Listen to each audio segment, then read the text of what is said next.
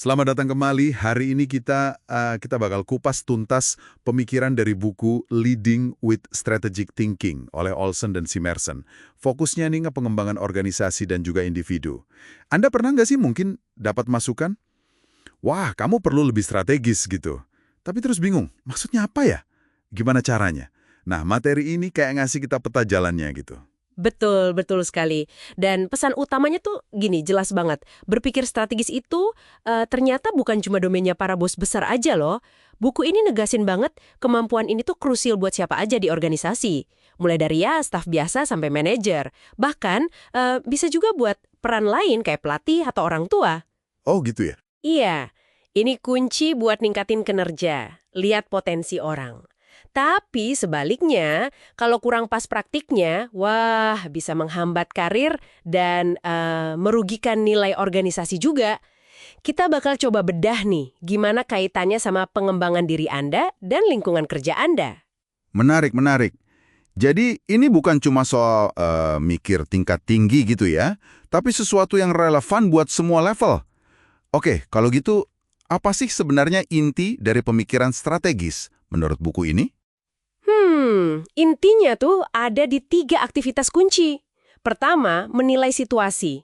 Tapi nilainya harus menyeluruh ya. Kedua, mengenali pola-pola yang mungkin tersembunyi. Dan ketiga, baru deh bikin keputusan yang tepat. Sumber ini pakai analogi pilot loh. Pilot kan harus sadar semua instrumen di kokpit dan kondisi di luar pesawat juga. Oh oke, jadi pandangannya luas gitu ya? Iya, persis. Ini tentang lihat gambaran besar, pahami konteks. Kayak analogi nilai kolam renang itu kan nilainya tergantung banget sama lokasi rumahnya kan? Ah iya, konteks itu penting banget ya? Banget. Tanpa konteks, keputusan sebagus apapun bisa jadi kurang efektif buat pengembangan. Oke. Jadi ini bukan cuma soal berpikir aja, tapi gimana pemikiran itu nyambung banget sama tindakan nyata. Tindakan yang bawa perubahan atau kemajuan gitu. Saya ingat deh ada kutipan penting di sini. Pemikiran strategis hanya penting jika mengarah pada tindakan yang bertujuan. Nah, ini kan langsung nyambung ke kepemimpinan ya berarti. Tepat sekali. Disinilah konsep kepemimpinan strategis itu masuk. Ini kayak jembatan gitu antara mikir sama bertindak. Ada 2 elemen utamanya nih. Satu, dapetin wawasan strategis. Maksudnya paham kebutuhan, pilihan, keunggulan unik kita apa. 2, mendorong perubahan strategis. Nah ini soal gimana caranya dapat dukungan, komitmen, terus ada aksi nyata dari orang lain. 2 ini nih yang dorong pengembangan, baik individu maupun tim. Dan buku ini kan juga ngasih tahu cara-cara beda orang ngelakuin dua hal itu ya? Ada tipe-tipe pemimpin strategisnya gitu? Benar. Yang menarik nih, buku ini nggak bilang cuma ada satu cara benar buat mimpin strategis. Justru ada 4 rasa atau tipe kepemimpinan strategis. Masing-masing punya cara unik buat dapat wawasan dan dorong perubahan. Apa aja tuh tipenya? Oke, pertama ada visioner. Mereka ini ngandelin intuisi tajam, wawasan pribadi buat ngambarin masa depan yang inspiratif. Mereka dorong pengembangan dengan ngasih arah yang jelas, memotivasi gitu.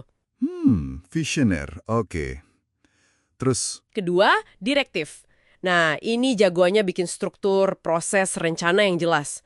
Pengembangannya lewat kejelasan peran dan ekspektasi. Jadi terarah banget. direktif. Sip. Lanjut? Ketiga, inkubator. Fokusnya lebih ke pemberdayaan orang lain. Ciptain lingkungan biar ide-ide bisa tumbuh subur. Pengembangan terjadi karena mereka kasih ruang dan dukungan buat individu biar berkembang. Wah, kayak fasilitator gitu ya. Oke, yang terakhir. Terakhir, kolaboratif. Ini ahlinya bangun konsensus, libatin banyak pihak buat bikin solusi bareng-bareng. Pengembangannya sifatnya kolektif, lewat partisipasi aktif semua orang. Oke, jadi 4 tipe ya. Visioner, direktif, inkubator, kolaboratif. Masing-masing punya cara khas buat numbuhin orang dan organisasi.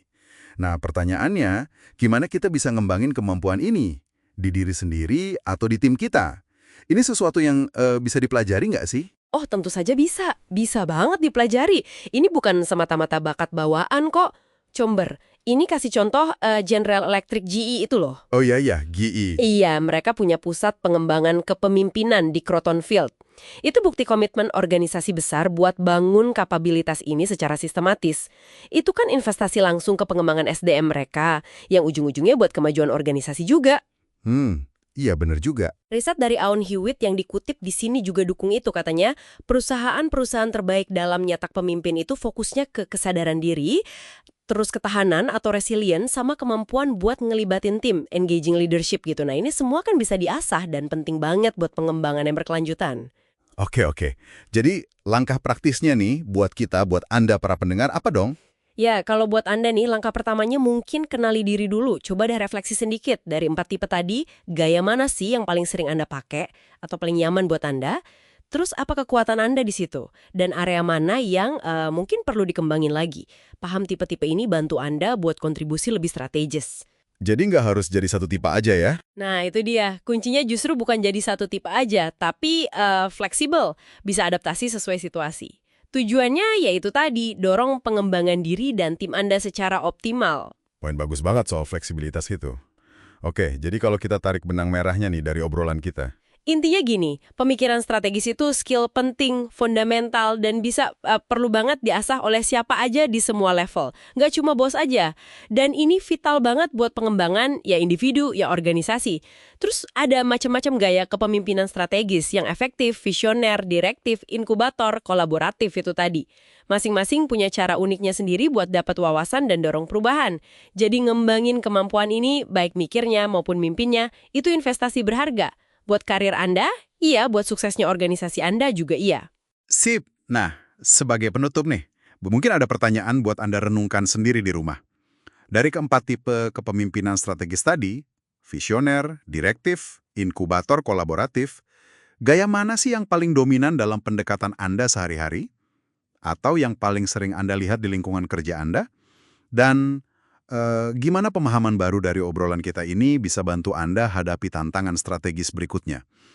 Khususnya ya, dalam konteks pengembangan diri Anda atau mungkin tim Anda. Ya, itu aja mungkin ya. Terima kasih sudah menyimak pembahasan kita kali ini.